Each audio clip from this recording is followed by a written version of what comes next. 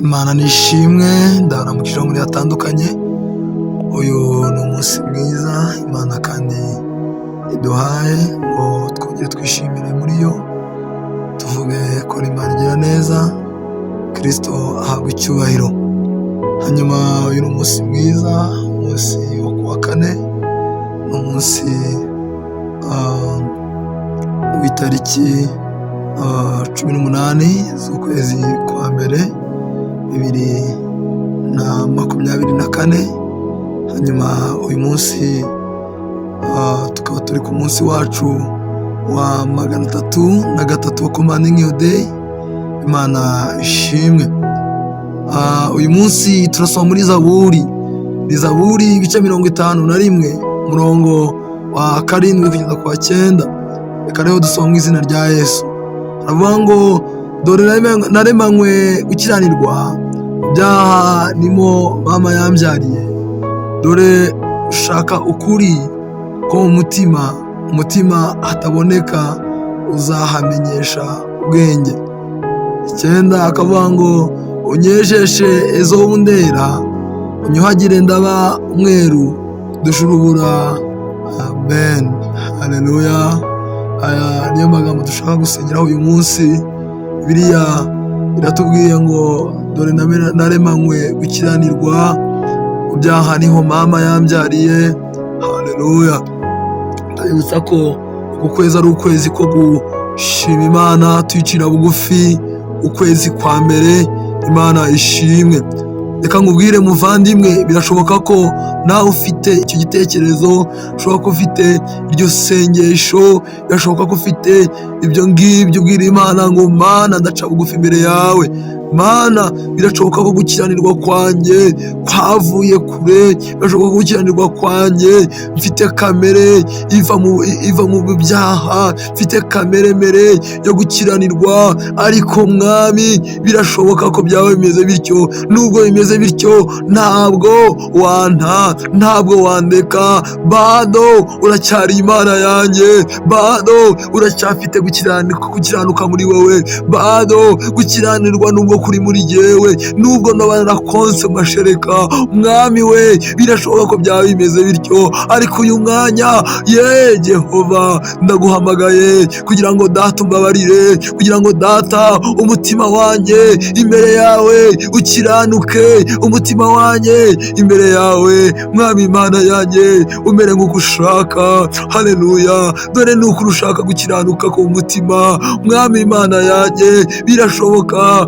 twebwe gukiranuka ku mutima ntako tugira gukiranuka kugaragarira abantu. Ariko uyu mwanya gukiranuka ku mutima Mwami ushaka, reka Mwami Imana yanjye ukubone muri jewe, kuko gitare gikomeye umutima hataboneka, mu mutima yibwina ntabwo twapfa kuhabona, ntabwo twapfa kuharangiza. Oh my God, gukiranuka ku mutima data niwe uhareba, data niwe uhabona, data niwe uhumva. Oh rabashakaya n'abakori y'abazanda.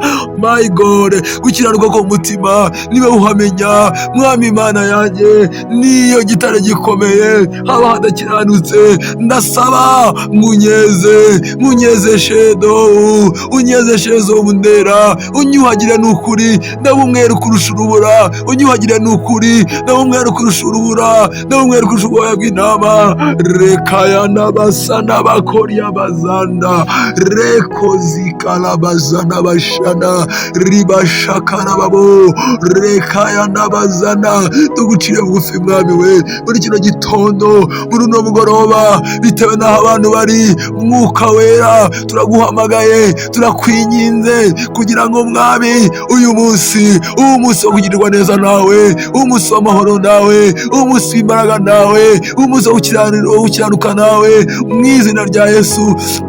Haleluya. Dore gukiranirwa naremanywe nako, dore Mwami Imana yanjye gukiranirwa nakonse amashereka. Dore Mwami Imana yanjye, Mwami nambaye umubiri wa kamere y'icyaha. Oh Jehova, dore nyiribihe Mwami Imana yanjye, data nakuriye mu byaha, nagendeye mu byaha. Ariko uyu mwanya turaca bugufi ngo utubabarire, turaca bugufi ngo utuboneho, udukiranuka imbere yawe, turaca bugufi ngo tukumve. Mwuka wera, mahoro yacu, wambaraga we, wagakiza we, rabakaya n'abashakara babozana. Uyu munsi Mana, uyu munsi Mana, hari icyo warema, imitima yacu ikagubwa neza. Uyu munsi Mana, dutera intambwe, tubyuka tujya mu gitondo muri shuguri zacu, ubane natwe. Uyu munsi aho tujya, aho tugana, Kristo niwe dutegereje, gutabarwa ni wewe, niwe duhanze amaso.